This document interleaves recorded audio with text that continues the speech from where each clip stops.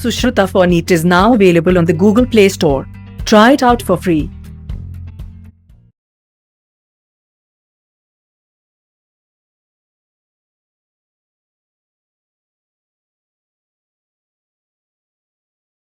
So, good morning, students. So, yesterday in our last class, we have seen many things about the hydrogen. This particular chapter that we have started, and we have studied particularly in the last class about the hydrides, different type of hydrides, and how they are. Means, if you look at the periodic table, how the different group elements, they form different types of hydrides, and we have seen this is summarized here that the first and second group elements, with alkali metals mostly, they form ionic hydrides. Beryllium and magnesium, they form hydrides, they form polymeric hydrides, which actually lie in between ionic and covalent hydrides. Then we saw the covalent hydrides, which are being mostly formed by the p block elements. P block elements, anyway, this is the noble gas column. So it is the 18th group, which is mostly noble gases are there, which usually do not react with the hydrogen, but in the p block they are also in the p block. But the rest of the p block elements, usually what we have seen, they form covalent hydrides. Iridium and thallium, again like beryllium and magnesium of the s block, iridium and thallium of the p block forms intermediate halides. Intermediate halides means these halides have both ionic and covalent characters. And then we looked at this D and F block elements, which mostly form metallic hydrides. And what are the metallic hydrides and other things that we have seen? Usually hydrogen is little in deficiency in these hydrides. However, these elements that these are colorless, they do not form any kind of hydrides. These elements do not form any hydride. So what we have seen particularly is these three groups, these we say magnesium, manganese, iron, and cobalt family, they do not form any hydride. Other families, they form hydrides. However, some elements may not form. Like here in this chromium family, only chromium forms hydrides. Now let us look at the other, and we have also seen the usage of different types of hydrides. Let us now look into the another compound of hydrogen, which is very important for us, and we know how it is important. It is water, and water, how it is important for our survival, our life, that we know without water we cannot survive. Our even the food that we eat, it goes into our alimentary canal, the hydrolysis, the digestion happens. The digestion is the hydrolysis of the food. And when I say hydrolysis means the lysing and the breaking of certain molecules in presence of water. So water is being used. So if you don't have water, the food will not be hydrolyzed, it will not be digested. So that is why we eat water, and we know without water we cannot survive. Other than that, even our blood contains more than 90% of the blood is water. All the live cells that are there in our body, they contain more than 70% water is there in those cells. So anyway, their importance, we know their importance in other life forms also. We know if you don't give water, if you don't water plants, the plants will not survive, that we know. So water is very important for us. It is the one thing that is most important for the life on the earth. So if you look at the human body, which is about it is more than around 70%, which is water. The water, there are many natural resources of water, nature, and one thing that we know, and then water, which is a purest form of natural water. And seawater, if someone asks, it is the impure form of water, seawater, because it comes as a runoff, and sometimes the rain also happens in the seas, and also the runoff water that goes into the lands, and it, while moving and running off, it also dissolves many of the salts and some many other impurities, toxins, and other things. They all goes into the sea ultimately, because they go into the rivers, and through rivers ultimately they go this entire water go into the sea. So that is why how we say that seawater is also impure form of water. Waters in ponds and other places are also not pure, they are also impure water. And the surface water, that is what surface water includes streams, rivers, lakes, and are most important sources for water for all purposes, particularly purposes that we are like for the human purposes, whether it is the irrigation or other things on the drinking purposes. We are mostly dependent of the waters in the lakes, waters in the underground water, and water sometimes in rivers and other places. However, when you look at the distribution of water over the earth's surface, it is not uniform. What we see, mostly oceans contains most of the water. It is 97.33%. Let me see someone's.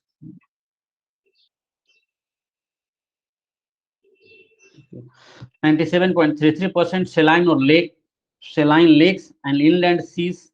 It contains 0.008% according to certain estimates.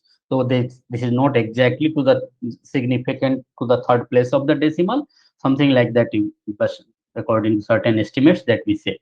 So polar and ice that we know in the form of glaciers, it contains around 2% of the water. Groundwater, it contains only 0.6%.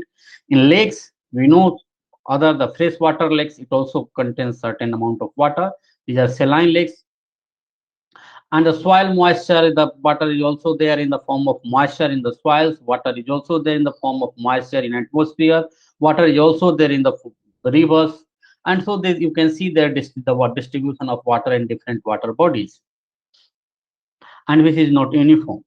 And what we know that we are mostly dependent on the underground water or the water in lakes or rivers for all our purposes, whether it is irrigation, the canals that comes actually form dams. Those dams are actually where the rivers mostly are, they are originated to be formed. They are actually we are dependent on that rivers water to canal and for the irrigation purposes, whether it is tube well and other things, you are mostly either dependent on the underground water or the waters in the ponds and even the canals and other places. So those things that we know the how important the water is and how from where we get water for different purposes in our life. Now let us look at the physical properties of the water. Mostly we know the physical properties of the water sometimes, but they are very common, but they're not obvious as well. Some physical property that you might have studied, the freezing point of the water is 0 degrees centigrade and boiling point is 100 degrees centigrade, which is very common. And it is known to everyone, almost those who has gone to schools, even to the third, fourth standard. The density of water that we know, it's maximum at around 4 degrees centigrade. This is also known to everyone. Water is colorless, tasteless, and odorless. If the water is pure, you know it is a colorless, it is a tasteless, though it has certain taste because of the different minerals that are there into the water, but it is a pure water. Purest form of water is tasteless, and it is also odorless. If the water is there, the water is not drinkable. It means there is some kind of contamination there, some bacteria and other microbes are there. That is why it has certain odor. So pure water is odorless. These things we know, we see and we observe it. Liquid water is a liquid at room temperature is also the physical property, and that we know. So water is a polar molecule. This is something we study in chemistry. We have studied earlier many times, and it has high dielectric constant. Dielectric constant of water is around 70. Dielectric constant also depends on the temperature. So that is why you can remember it is roughly around 78 or 78.5. Water is poor conductor of electricity. We know water is conductor of electricity, but it is not that a great conductor of electricity. This is, but it still conducts electricity. Means not. It's you can say it's a conductor of electricity. In the poor and good, if you compare it, if you compare comparison to what? So there are many superconductors. There are good conductors like sodium metal or even the other metals. In comparison to those metals, it is poor. It doesn't mean the water is really poor conductor of electricity. In comparison to the other good conductors, it is poor. However, in comparison to the insulators and other things, when you compare, you know that water is a very quite good conductor of electricity. So tendency to water has also tendency to associate. Tendency to associate means if two molecules they come together, they try to group together. This is called the association tendency. And this association tendency in water is due to hydrogen bonding that we know. Hydrogen bonding is an intermolecular hydrogen bonding between the water molecules. The different molecules of water, they come together, they form hydrogen bonds, and because of the hydrogen bond, there is attractive interactions. And because of those attractive interactions, water molecules group together. That is one of the reason why water has surface tension. It forms bubbles. Then there are many things because of intermolecular interactions. Water forms large bubble. This is because the hydrogen bonding is stronger there. Other than if you look at the bubbles at the other liquids, that they're are like drops, they are smaller. So another, now the water is universal solvent. Why we call universal solvent? Because many of the compounds that are dissolved in water. whether the all many ionic compounds, many covalent compounds also which are polar, they are dissolved in water. Like what you look at the alcohol, and alcohol it is dissolved in water. That is what people dilute it before drinking because it is dissolved in water. The acetone, other many other chemicals which are dissolved in water. These are organic chemicals, and all we know ionic chemicals NaCl, even the glucose is also organic chemical. These are all sugar. They are all dissolved in water. So water dissolves. It is the solvent which dissolves most number of compounds. That is why it is called universal solvent. Are many liquids which dissolve many of the compounds. However, if you compare all the liquids, their dissolution properties, you will find water in water most is the number of compounds that is dissolved in different solvents is the water which wins. It means that is why people call it the universal solvent. The unusual properties of water in the liquid and solid states. A solid state and liquid state, they are commonly called condensed phase sometimes. So you should know that the liquid phase and solid phases are also called condensed phase. And this condensed phase, and there we see certain unusual properties, means the liquid water has also unusual properties. And these unusual properties are because of the extensive hydrogen bonding between water molecules that we know. So mostly all the unusual properties of water that we see, actually all those are attributed to the hydrogen bonding tendency of water molecules. In comparison to other liquids, water has higher specific heat. A specific heat, we know if you provide heat, and by what amount of heat you need to provide to raise the temperature of 1 gram, or maybe a specific amount of any substance by 1 degree centigrade. If you need to provide more heat, it means a specific heat is more for that substance. And why we need to provide more heat to raise the temperature of water by 1 degree centigrade? Because water has hydrogen bonds, and to increase the heat, first we have to break the hydrogen bonds as well, because hydrogen bonds are so tight together. The forms and the molecules are there.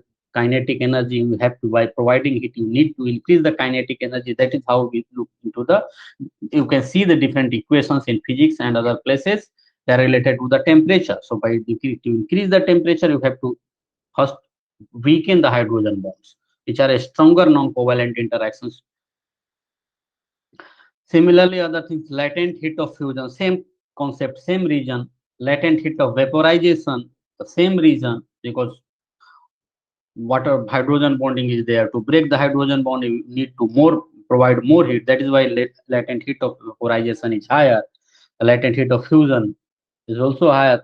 Fusion, probably you know, fusion is the freezing. Opposite of the freezing means the solid to the liquid transformation is fusion.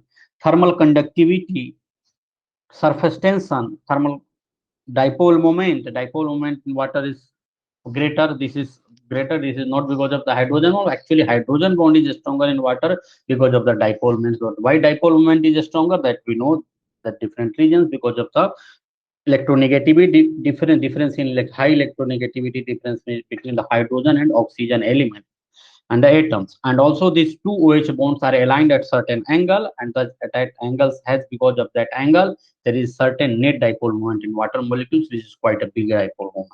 And that is why water has dipole moment, and it has a dielectric constant which is also very high, because its dipole moment is very high. This leads to high freezing point, high boiling point, means because of the hydrogen bonding, the stronger hydrogen bonding between water molecules, it leads to high freezing point, high boiling point. The same reason as I have specified, high specific heat, latent heat of fusion, high boiling point, high heat of vaporization, and high heat of fusion in comparison to H2S, H2SC, the same group element, the compounds of same group element, not only H2S and H2SC. If you consider other liquids as well, you can, water has these things usually larger than even the high viscosity. There are certain liquids which have higher viscosity than water, and those liquids are usually those which forms stronger hydrogen bonds between their molecules. So like particularly viscosity of H2O2, it is more than water. So this is because the hydrogen bonding H2O2 is stronger than water molecules. So these properties allow water to play a key role in biosphere, because properties of water. Why? Because it has high boiling point, high heat of vaporization, and because of certain things, it has very strong relevance in the biosphere. the heat of vaporization and heat capacity are reasonably responsible for moderation of climate.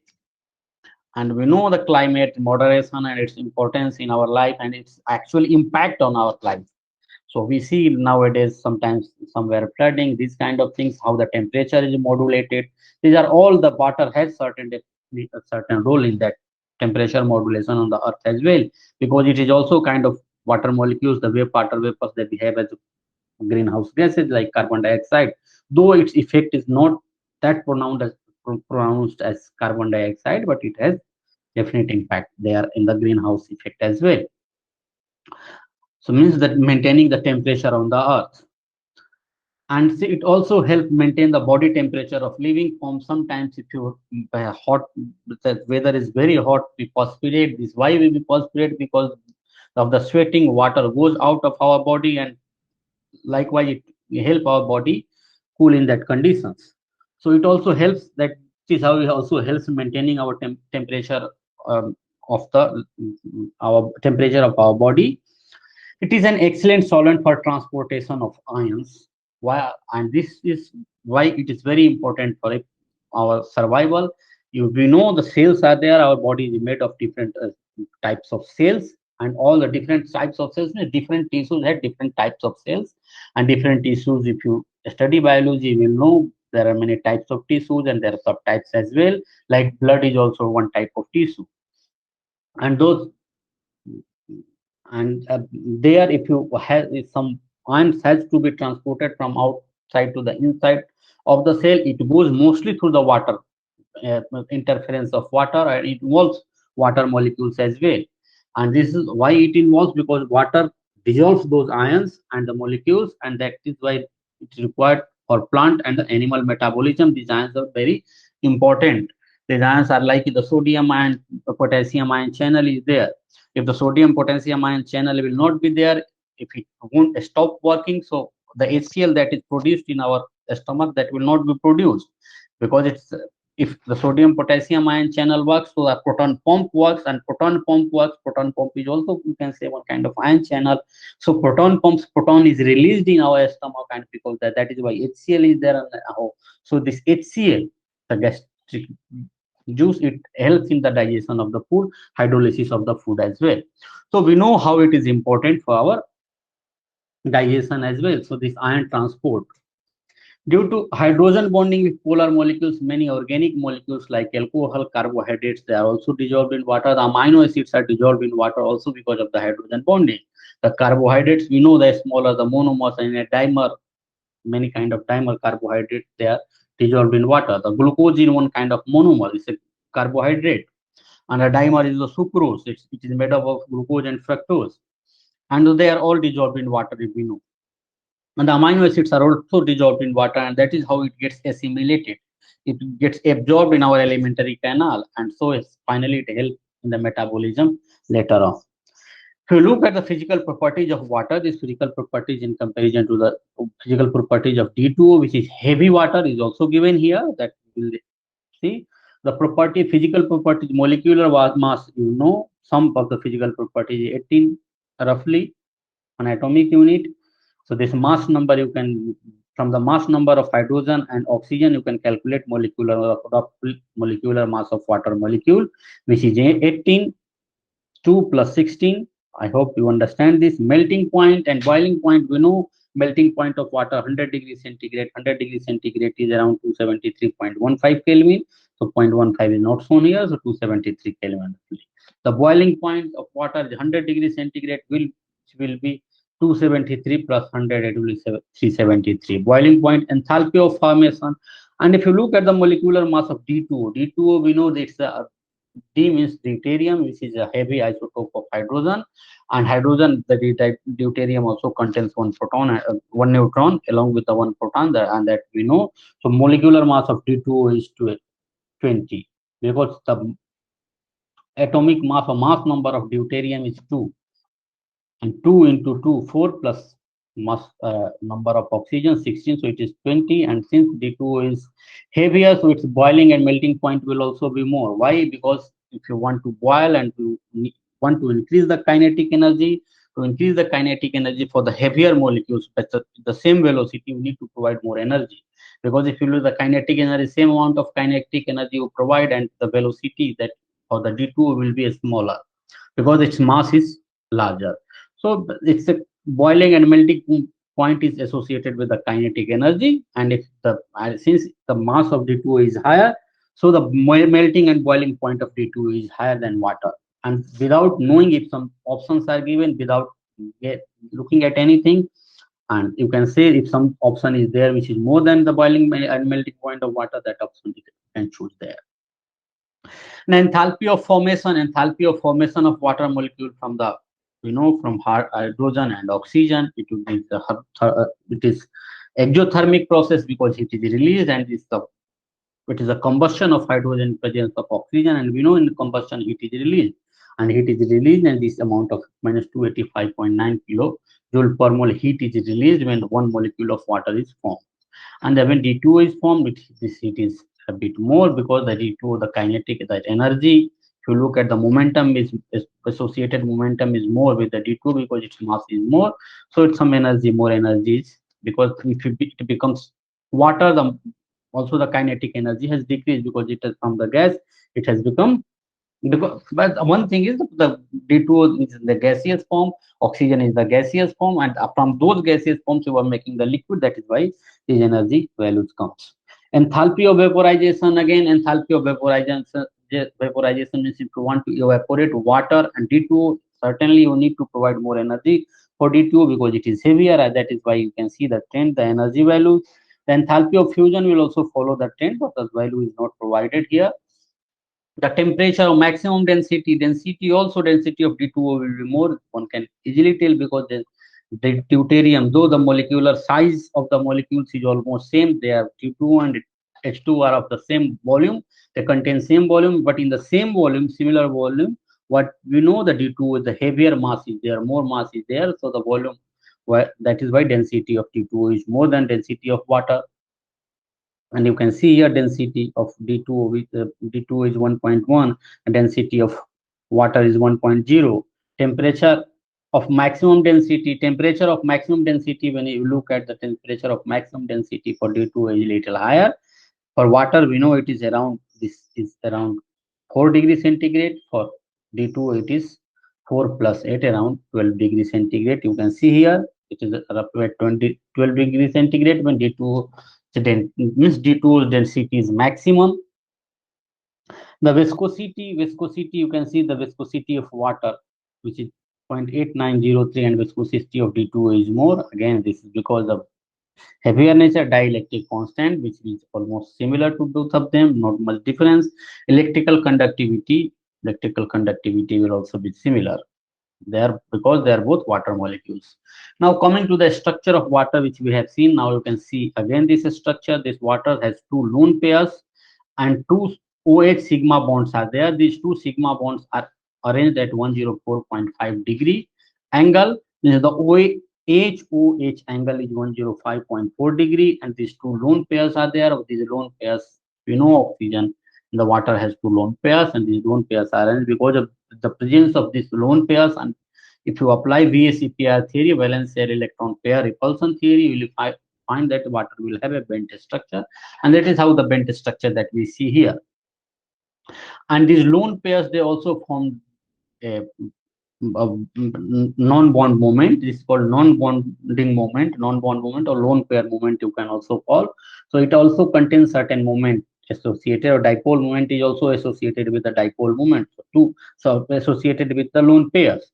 So the dipole moment, two lone pairs, and its direction will be in this direction. This direction. If you look at the OH dipole direction, the OH dipole direction will also be in this direction. The net dipole of the bone pair will is 1.84 diopter or dBi, and this for the HO value is also there, the entire dipole. So net dipole we find in this direction, which is shown here. This almost goes from the middle of these two bonds, means two HO bonds, and this is something that we know, two bonds and two lone pairs. And because of this net dipole, which is 0.84 dBi in the magnitude. The water, which is a very high magnitude, so water has a net dipole moment, it has dielectric constant, is a polar solvent, and many things that is associated. And this is, it has a very strong dipole, so that is why also it forms very strong hydrogen bonds. Then let us look into the hydrogen bonding in water. So we know water molecules, between water molecules there exists an intermolecular hydrogen bonding and intermolecular hydrogen bonding. We see two water molecules. Intermolecular means the hydrogen bond is the hydrogen bond between two different molecules, and if the two different molecules here are the molecules of water, and here we can see the hydrogen bonding between two water molecules. So hydrogen of this one of the water is hydrogen bond donor. This is called the hydrogen bond donor, and oxygen which accepts the hydrogen is called the hydrogen bond acceptor. And so this is how the hydrogen bonding is formed. Why it is formed, the region, the actually genesis that we know, mostly it is what it is told that because of the electronegativity of the oxygen, oxygen pulls away electron density towards it, or the bonded pair electron density towards itself, means it causes polarization of the HO bond, and because of that polarization there appears certain positive charge or partial positive charge on hydrogen and partial negative charge on the oxygen. So the partial of positive negative charge will be on oxygen and partial positive charge on the mm, mm, this hydrogen, and because now they have the partial positive and negative charge, so there will be net electrostatic attraction, and because of that electrostatic attraction there is an interaction which is called the hydrogen bonding. The same hydrogen bonding is formed in the water liquid and water ice, you know, in the solid state, which is the water in the solid state. So hydrogen bonding in water and ice, that we know the water structure, it is a tetrahedral we have just seen. So hydrogen bonding in water, we can see here the hydrogen bond.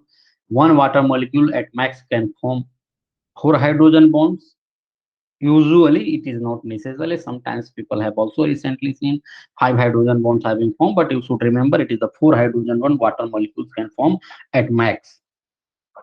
So four hydrogen bonds you can see where water molecules, this one water molecules, in the two cases it behaves as hydrogen bond donor.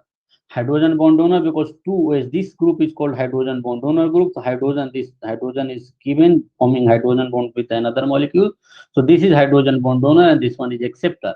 In this case again, this molecule, the same molecule is hydrogen bond donor, this molecule is hydrogen bond acceptor. So water can donate two hydrogen bonds. So it behaves as double hydrogen bond donor, and water is also double hydrogen bond acceptor because oxygen has two lone pairs, and those two lone pairs can interact with the partial positive charge on the hydrogen of some other water molecule. And so you can see this water molecule, if you see that there is a partial positive charge and partial negative charge, along with the partial negative charge, oxygen has a lone pair, so that lone pair interacts here, so one hydrogen bond, and because of the another lone pair, it forms another hydrogen bond here. So if we can see the water molecule can form a maximum four hydrogen bonds, and a similar hydrogen bonds which have more better arrangement we see in the ice as well. To look at the water of structure of water, liquid water is not still known. It is not well defined still. The research is going. Thousands of papers have been published even in research articles in last 5 years or last 10 years. Even though people are still this is structure of water, the liquid water is still debatable. Structure of ice is also debatable, but we have reached to certain consensus, and that is how something is given provided here. The crystalline form of water is ice, that we know, means that if water forms a crystal which is solid, it is the ice. At atmospheric pressure, ice crystallizes in the hexagonal form. So if the pressure is the atmospheric pressure means 1 atm, the water forms hexagonal. And how the water, the hexagonal and cubic lattices that you can see go into the solid state. You can watch the video, see what is the difference between cubic lattice and hexagonal lattice, how are they formed, different layers are arranged.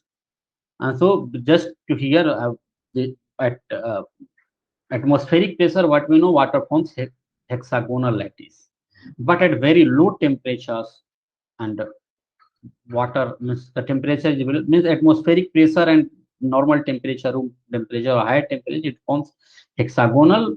lattices, and at very low temperature, particularly water forms the cubic lattice. Means that its unit cell will be the cubic unit cell. And if the temperature is bit higher and pressure is at 1 atmospheric pressure, it forms hexagonal unit cell. So anyway, the density of ice is less than that of water, that we know. And why it is more than water? Because the hydrogen bonding, because of the hydrogen bonding, which is more arranged, more organized in ice, and because of the more organization, we see more voids in the water molecule in this ice form, and there are more voids. You can see this gap, and in this gap there is no water molecule. If this organized, these things where molecules were not fixed, like in the liquid, some water molecules will also come in and will occupy this space. So what that is why, because of the larger void in ice, the density of ice is more, because the volume becomes larger, and volume becomes larger, mass is same, so its density is less. And therefore this is ice cubes floats on water. The reason for the why cubes floats on water is this, because density of ice is less than the density of water. Why density of ice is less than the density of water? Because what ice is an organized structure, more organized structure, which contains larger voids than the water molecule or liquid water, and so its volume increases, and so the density decreases.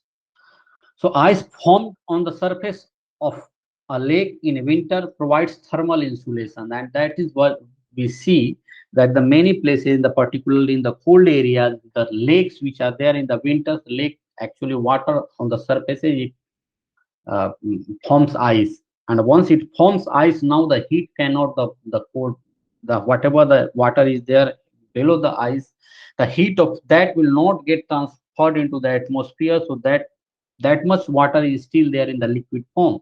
And since it is in liquid form, so the animals in those areas, or the aquatic life, not animals, sometimes they actually survive because of that. If it also becomes ice, those animals will not survive mostly.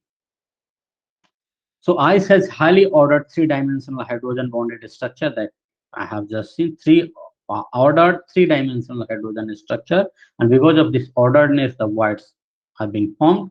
And the X-ray crystallography shows that each oxygen atom is surrounded tetrahedrally by 4 other oxygen atoms at a distance 276 picometer, is 2.76 angstrom. So what different water, one, if you consider one oxygen atom here, so this one oxygen atom actually in the X-ray crystallography, as we see the hydrogen bonding here, what I have seen hydrogen bonding, what I have said, this oxygen molecule is surrounded by 4 oxygen atoms. This oxygen is surrounded by 4 oxygen atoms. Actually in X-ray crystallography, we do not determine the position of hydrogen atoms, it only determines the positions of oxygen atoms. So X-ray crystallography will tell only the position of oxygen atoms.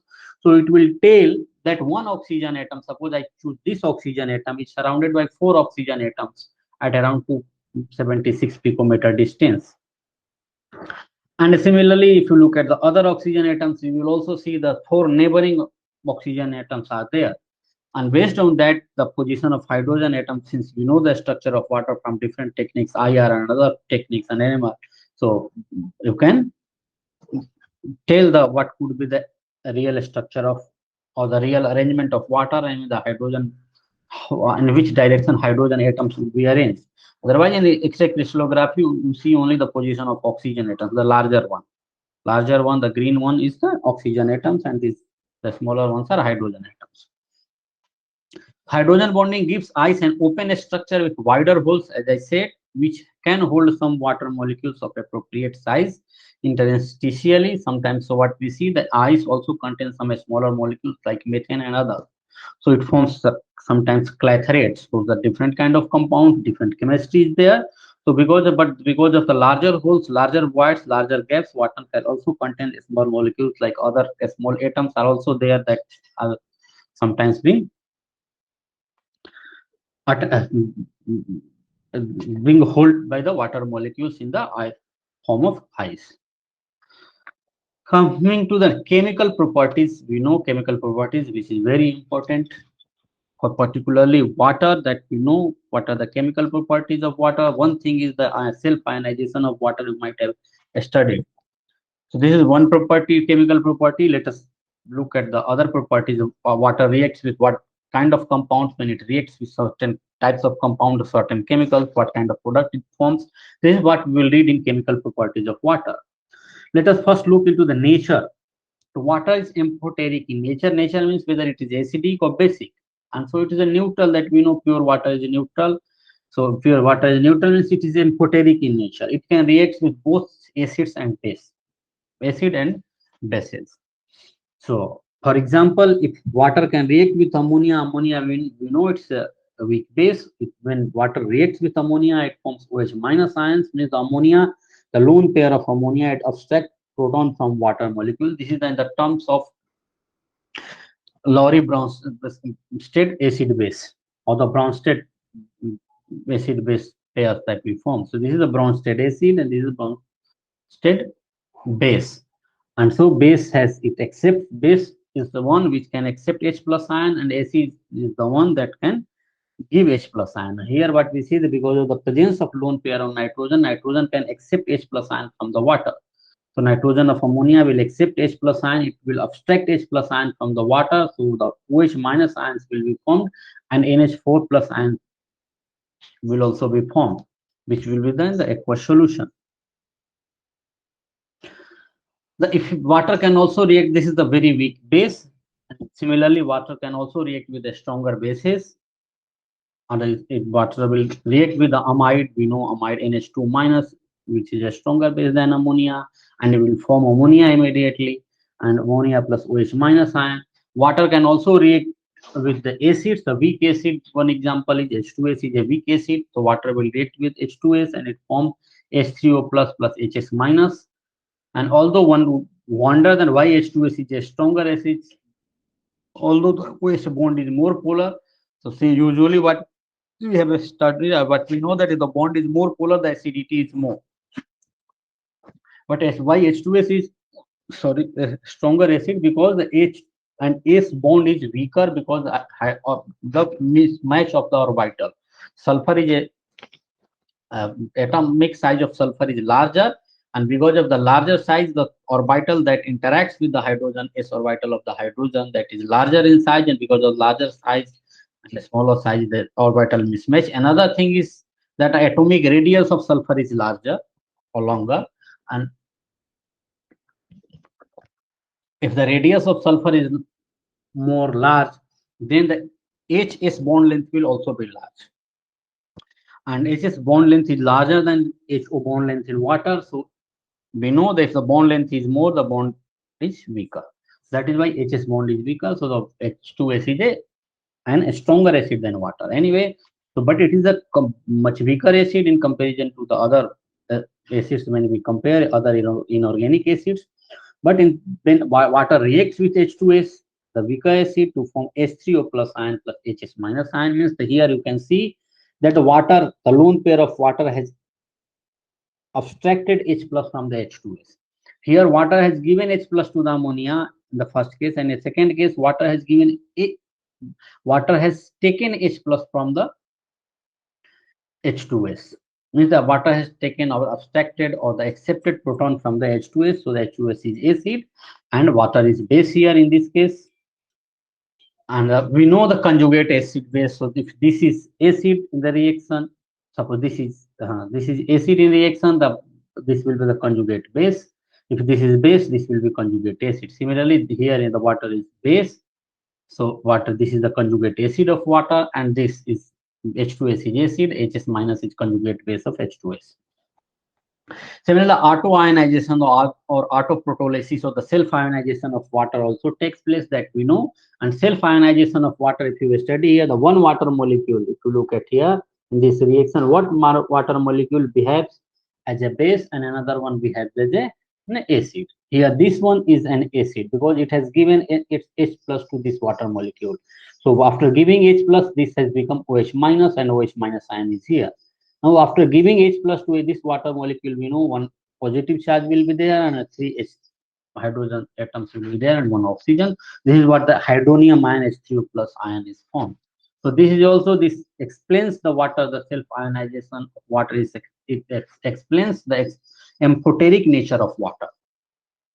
The reaction of metals, when you look at the metals, so then water reacts with active metals and evolves hydrogen gas. Active metals means the metals which are more reactive. So water reacts with all alkali metals and some alkaline earth metals like calcium, barium, and strontium. These things we have seen in redox chemistry, and it displaces hydrogen from the water. So when water reacts with the sodium, which is an alkali metal, it forms NaOH, which is an alkali, plus hydrogen gas, which is evolved. Similarly, the reaction of the calcium, we can also see here calcium plus water molecule, it forms calcium hydroxide plus H2. So hydrogen gas is also evolved, and it forms hydroxide of the metal. So hydroxide of these metals also form, they are also called alkalis.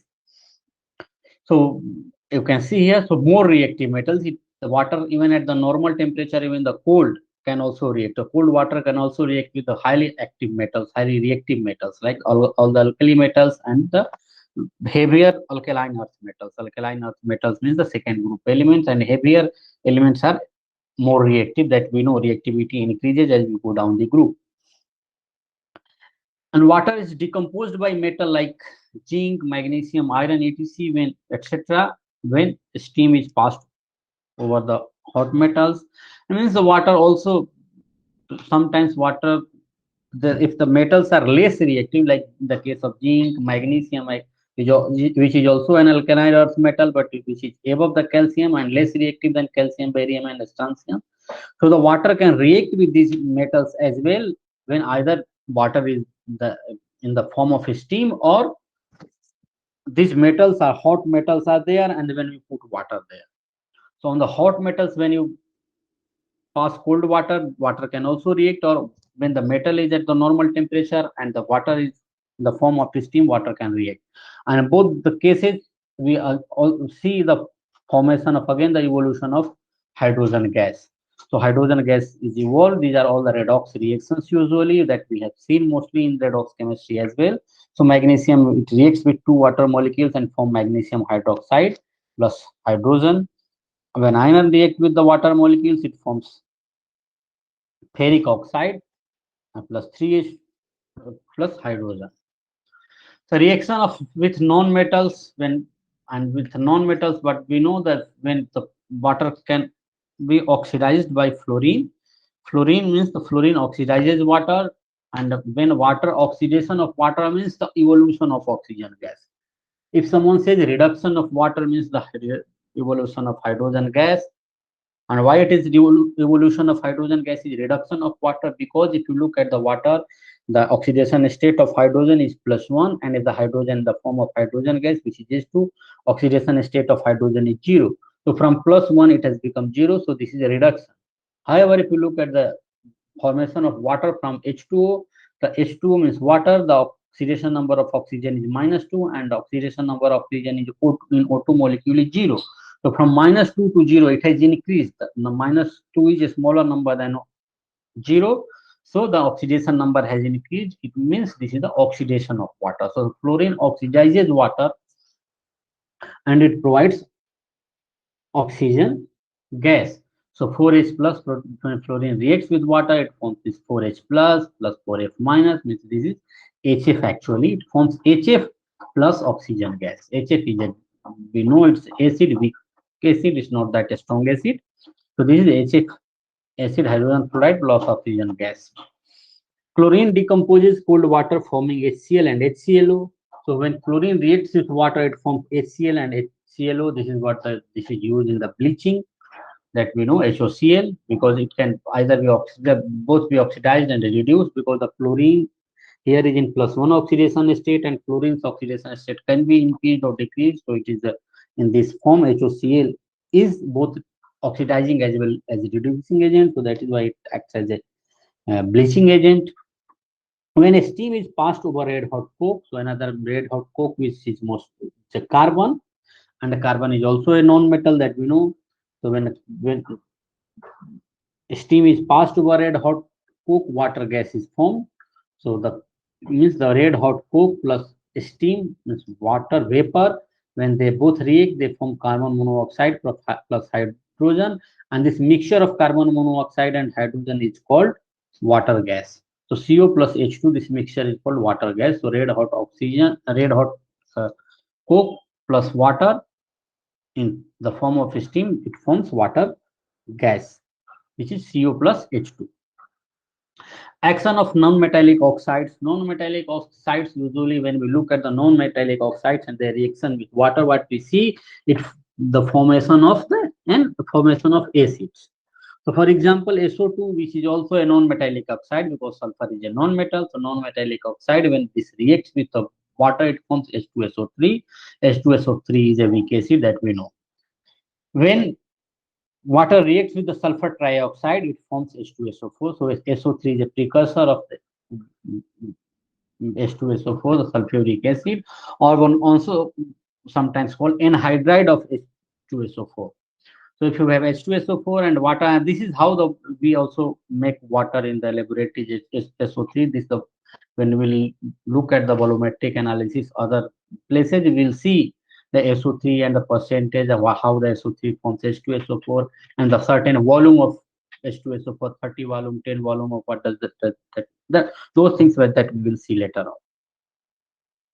So I think the percentage this much anyway. So the SO3 is anhydride of H2SO4, and means the SO3 when react with anhydride, it will react with the water and it will form H2SO4. The Cl2O7 when reacts with H2O, it forms HClO4, which is also which is a stronger acid than H2SO4, is the perchloric acid. P4O10, which is also an oxide of a non-metal phosphorus and reacts with water to form H3PO4. The phosphoric acid that we know, N2O5, it reacts with the water to form HNO3. So all the oxide, non-metal oxides, sometimes they exist as gas in the atmosphere. And when the rain or precipitation happens, those gases react with water to form acids. And that is what we see that witness in the acidic rain in the form of, because of this kind of reactions. So anhydrides or the acidic oxides of non-metals, which are in the gaseous state and in the atmosphere, when water comes and precipitation happens, they form acids and that appears in the acidic rain.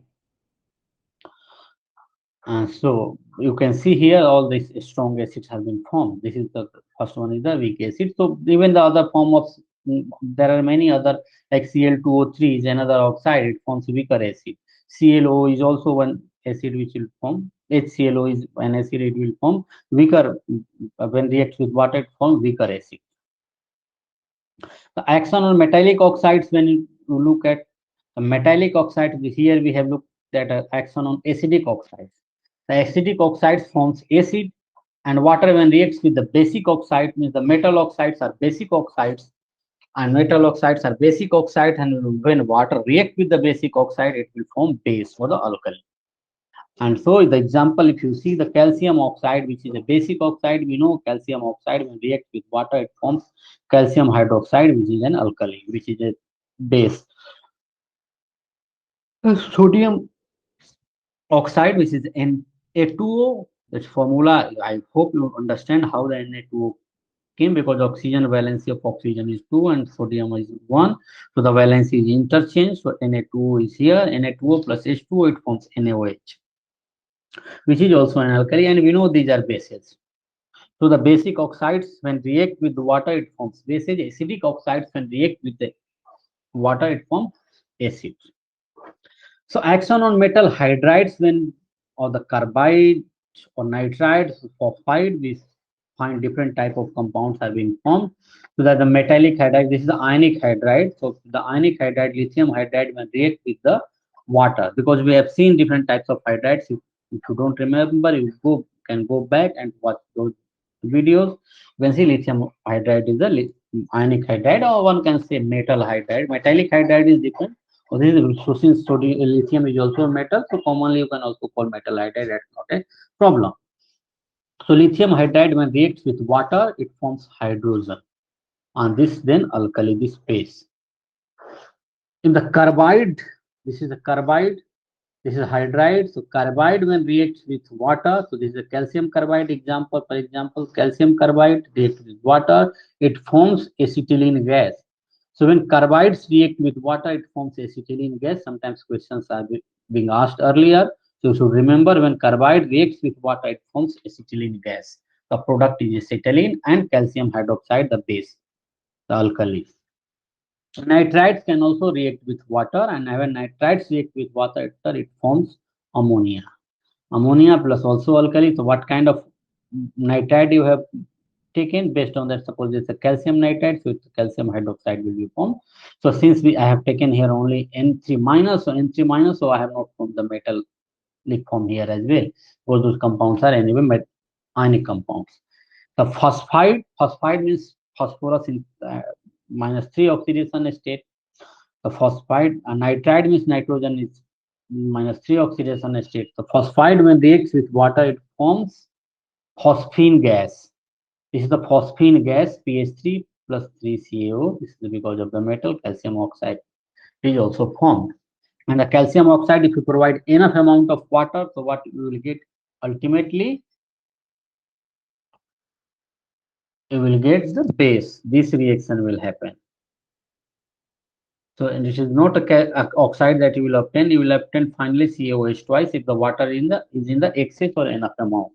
So the calcium oxide will be converted into calcium hydroxide. The hydrolysis of water, we know the hydrolysis, water hydrolyzes to form hydrogen and oxygen. Means the water is formed from hydrogen and oxygen. So lysing of water into its gaseous form is called hydrolysis, the process that we need electricity for that. So this process is also called electrolysis.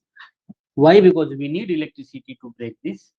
So this electrolysis, and the electrolysis can happen in both. Sorry, it's not hydrolysis. It's a hydrolysis of certain salts. It's not decomposition of water and electrolysis. It's a hydrolysis of water, and a hydrolysis of water that we have seen hydrolysis in the hydrolysis of certain salts. And hydrolysis of certain salts means the salts of a strong acid, weak basage, or weak acid, a strong basage, or weak acid, weak base. They hydrolyzed water. The salts of a strong acid and a strong bases, they are ionized in water. Get they are broken into different ions. However, the salts of weak acid with a strong base, or strong acid with weak base, or weak acid with the weak base, they are not ionized. They do not easily get separated into the different ions. They actually react with water. They breaks water molecule, or they break water molecules, and after breaking the water molecules, they form different ions. Whether it is the which one is whether it is a strong base or weak acid. A strong acid, weak acid, so the solution will be basic. A strong acid, weak base, the solution will be acidic. So those way, if the both are weak acid and weak base, depending on the pK value, you can find out whether the solution will be acidic or basic. Those things we have seen in details in the ionic equilibrium chapter. So the many salts, especially the salt of a strong bases with weak acids, weak bases with a strong acids, weak bases and weak bases with weak acids, and certain covalent compounds as well undergo hydrolysis in water. So the salt of weak acid and a strong base that we see here, this is a sodium acetate. Sodium, this is the salt of NaOH, which is a strong base, plus acetic acid, which is a weak acid. And when it reacts with water, it forms ultimately acetic acid plus NaOH. The NaOH, which is a stronger base, and this is not fully ionized, so the solution is a basic solution. The silicon tetrachloride, SiCl4, which is a covalent compound, it also gets hydrolyzed in water. And SiCl4, it is hydrolyzed in water, means it reacts with water, and what we see that it forms silica plus 4HCl. So water molecule is actually broken into this. Oxygen goes with the silica, because affinity of oxygen with silica is more than affinity of chlorine with the silica. So oxygen will react with the silicon, and it forms silica, and the 4HCl, the HCl, which is an acid, will also be formed. So the SiCl4, if you try to dissolve SiCl4 in H2 and water, what will be found? That the blue litmus will turn into the red, because the solution becomes acidic. So some salts on hydrolysis form oxy compounds. So some compounds that we know. So this is not salt. This is an means oxide of a non-metal. But we see if you react with hydrogen, it forms acid as well or oxy compound. Similarly, if you look at the some salts, it forms oxy compounds as well. Oxy compounds, if you look at certain examples we have seen, if you go to the redox chemistry, there are some examples we have seen. And even if you look at this is the kind of oxy compounds, it also forms the oxy compounds. Decomposition of water as decomposition means the formation of hydrogen and oxygen. It is not hydrolysis. I'm very sorry, I made mistake while explaining that. So decomposition is actually this decomposition of water is nothing but electrolysis. This decomposition of water doesn't happen on its own, and that is why we know the water is there in the excess in the oceans or in the different water bodies on the earth. The water, but water can be broken into hydrogen and oxygen gases, and this breaking of the lysis happens in the presence of electricity. And also we need certain amount of alkali. Is alkali means the base or acid as a catalyst. So when this reaction, the lysing or breaking of water happens in the presence of a trace amount of acid as a catalyst. So this is called the net reaction is still there. H2 gives H2 plus O2. This is the net reaction.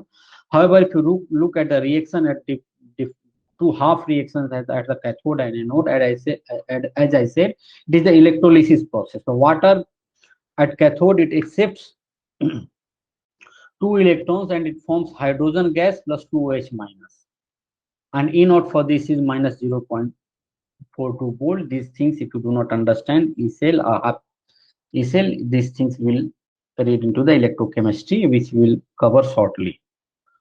So, and at anode, what happens? The water molecule, it gets converted into the oxygen molecule plus 4H plus 4 electron.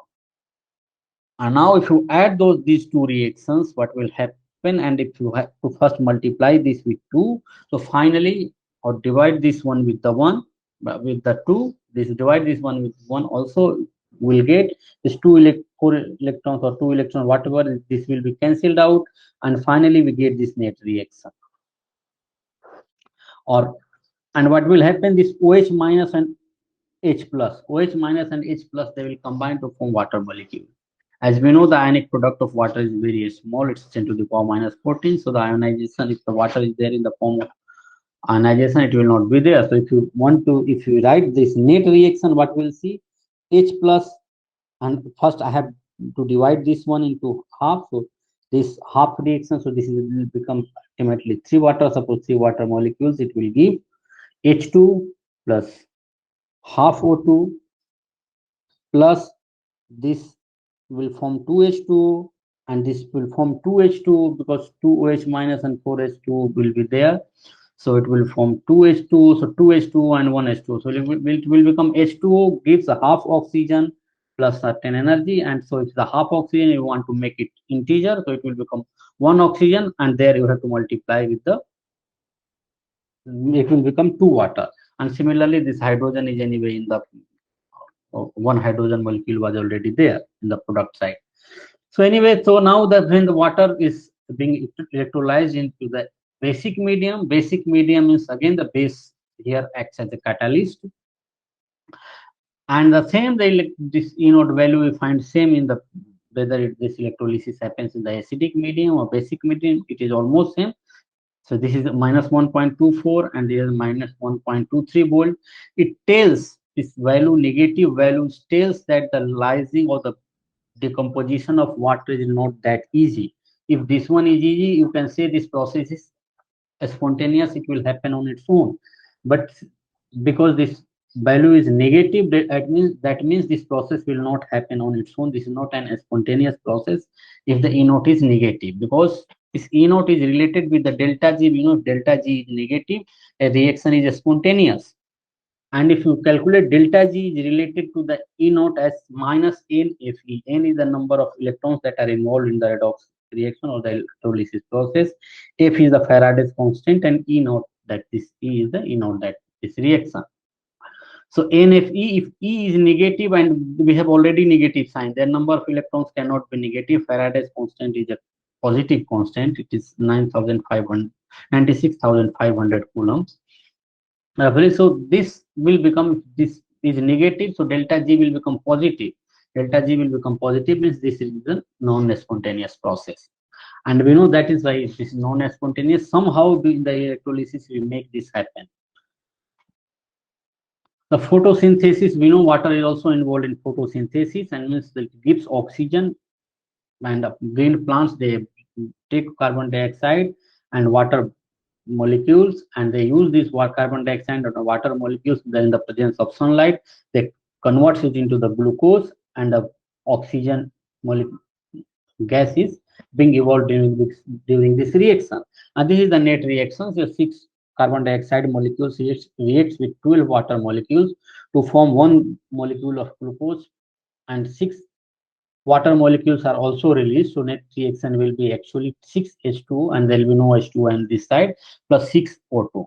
But we write this 6 H2 in the product and 12 H2 into the reactant when wherever we write the reaction, photosynthetic reactions, because water molecules are being used also, and this water is being used, and after being used, what we see, the water molecules are also being released during the reaction, and that means this is the released water molecule.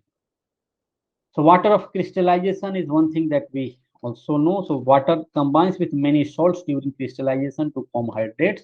So if the aqueous solution of certain salt is there, so while crystallization happens, we see certain macromolecules get trapped into the crystals as well. This is called water of crystallization. And water of crystallization can be such an association of water is of different types. This could be 3 different types. The coordinated water. One of the coordinated water means what? The water molecules actually form covalent bonds with the metal. And this is a coordination chemistry that we will study. So if the chromium chloride, if you dissolve chromium chloride in water, and after that if you crystallize it, so it is not chromium chloride which will be crystallized. Chloride will be there into the solution, and the crystals of chromium hydrate will be formed. So this is the water of the, this is the water of crystallization. Actually this water goes into the crystal, it forms coordinated water. This is the coordinated water. So water in the form of covalent bonds with the metal. And this is how it is shown into the coordination sphere. This is in the bracket, square bracket. The interstitial water, if you look at the other form, is the interstitial water. Interstitial water means the crystal is already there, and in the crystals, whatever the voids and the gaps, the holes are there. The lattice points are taken by, suppose in the case of barium and barium chloride, lattice points are taken by barium and chloride, barium ion and chloride ions, and some holes and gaps are there, voids are there. Those voids are occupied by water molecules. So this kind of water are called interstitial water. They are all water of crystallization. While the crystallization happens, you will see this kind of waters will also be there. It will go into the crystals, and if you go into the crystals, it will increase density of the crystal. So the hydrogen bonded water. Another thing is the hydrogen bonded water. If you look at this copper hydrate, copper sulfate, and when you dissolve it in water, so copper sulfate in water, it forms, when the crystallization happens, the crystal of copper sulfate is formed, and copper sulfate crystals actually forms the copper is coordinated with the four water molecules. Now the 4 water molecules, the oxygen of water molecules will donate electrons to the copper. It will form the coordination bond will be formed, and coordination bonds, and these water molecules, 4 water molecules, are now covalently linked. There is only 1 water molecule now here, and now the sulfate will be there out of the coordination sphere, which is an ion. So this will be the actually hydrated tetrahydrated or tetra aqua copper 2 plus ion, and this is a sulfate ion. And then water molecule, 1 water molecule is also involved with them through the hydrogen bond. And so this is called hydrogen bonded water. So if someone asks you how many water molecules in this compound, copper sulfate 5H2O is the hydrogen bonded. So the answer will be 1, because these water molecules which are in the coordination sphere, now which is shown here, these water molecules inside the bracket, they are not hydrogen bonded water. They are actually covalently linked water with the copper. Only one water which is out of the coordination sphere is the one is which forms the hydrogen bond. And this question actually describes the same thing. Now, the water as a catalyst, if you look at the water acts as a catalyst in many reactions, perfectly dry gases generally do not react, but the presence of moisture brings chemical reactions. Like if you want to perform a reaction of ammonia with hydrochloric acid. So dry hydrochloric acid, which is a gas, will not react with ammonia. It will need certain medium, and certain medium is if you add water, or if the moisture is there, then only ammonia, hydrochloric acid will react with ammonia. And to form, what will be the product? Acid is this, then acid, ammonia is then base, and when ammonia, acid and base will be there, they will react, it will form salt. So ammonium chloride will be formed. So ammonia, it will accept, ammonia will accept H plus ion, so it will be ammonia, become ammonium, and chloride H plus, after giving H plus, hydrogen chloride or hydrochloric acid will be the only Cl minus chloride ion is left, and so there will be electrostatic attraction between ammonium and chloride ion. So the ammonium chloride will be formed, which is an ionic compound, which is a salt. I think heavy water and rest of the things, the hard and soft water, I'll cover into the next class.